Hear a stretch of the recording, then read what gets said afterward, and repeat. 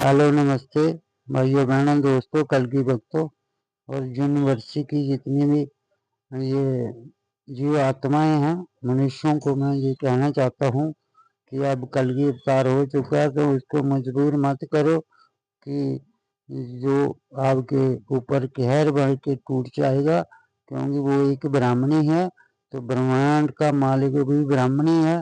तो आप उसके ऊपर ब्राह्मणों के ऊपर कोई किसी किस्म की बातें करना या उनको देश निकाले की बात करना कि ये तुम्हें शोभा नहीं देता है, चाहे कोई किसी की जाति का हो।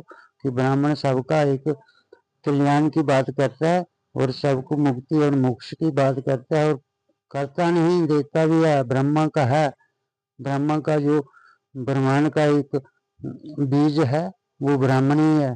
तुम लोगों को नहीं पता, तुम भी ब्राह्मणों के पीछे ही तुम जीवित हो।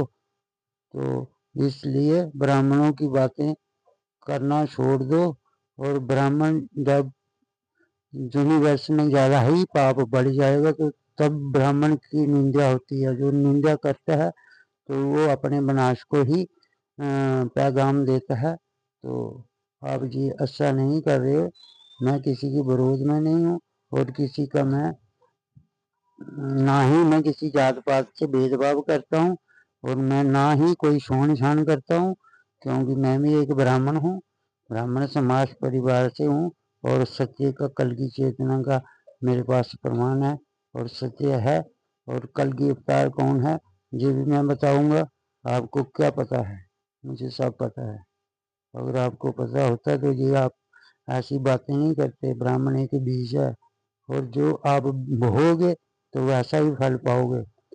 तुम समझते नहीं ब्राह्मण क्या है और कहाँ से ब्राह्मण है। और शिव शक्ति का आपको पता नहीं, अंदाज नहीं रुद्र देव का। जब रुद्र का तीसरा नेत्र खुलेगा तुम उसकी अग्नि में भस्म हो जाओगे, तुम्हें बोलने का भी समय नहीं मिलेगा। ये चीज मैं आपको चेतावनी नहीं, चैलेंज नहीं कर रहा हूँ, चेतावनी दे रहा हूँ, क्योंकि ये सब मैं कर रहा हूँ और आपके पास इतनी पावर नहीं है रोकने की। हम इसको कर भी सकते हैं और रोक भी सकते हैं, क्योंकि हमारे को उस परमात्मा ने इस कर्म भूमि पे भेजा है। तो हम दूसरों को भी के कर्मों को देखते हैं और अपने कर्मों को भी देखते हैं मैच करके। और हमारा सीधा समर्क कल की जय और कल की अवतार हो चुका है।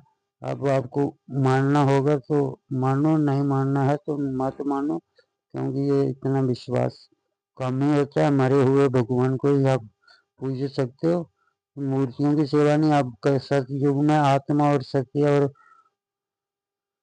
परमात्मा की ही भक्ति और पूजा होगी, ध्यान और भक्ति से ही सब सिस्टम चलेगा। ये मूर्तियों का भी जो प्रावधान है ये भी समाप्त हो जाएगा। तो मंदिर बनाओ या जो भी करो, इन मंदिरों में कौन रहेगा? मूर्तियों से क्या होगा? तुम्हारा जो शरीर का मंदिर है इसको क्या समझते हो? ये जीरो प्रोसेस है? ये जीरो प्रोसेस नहीं है, ये जीरो प्रोसेस में जाता है जब तो हीरो भी वहीं से इसको हीरो का भी दर्जा वहीं से प्राप्त होता है। जय हिंद जय भारत।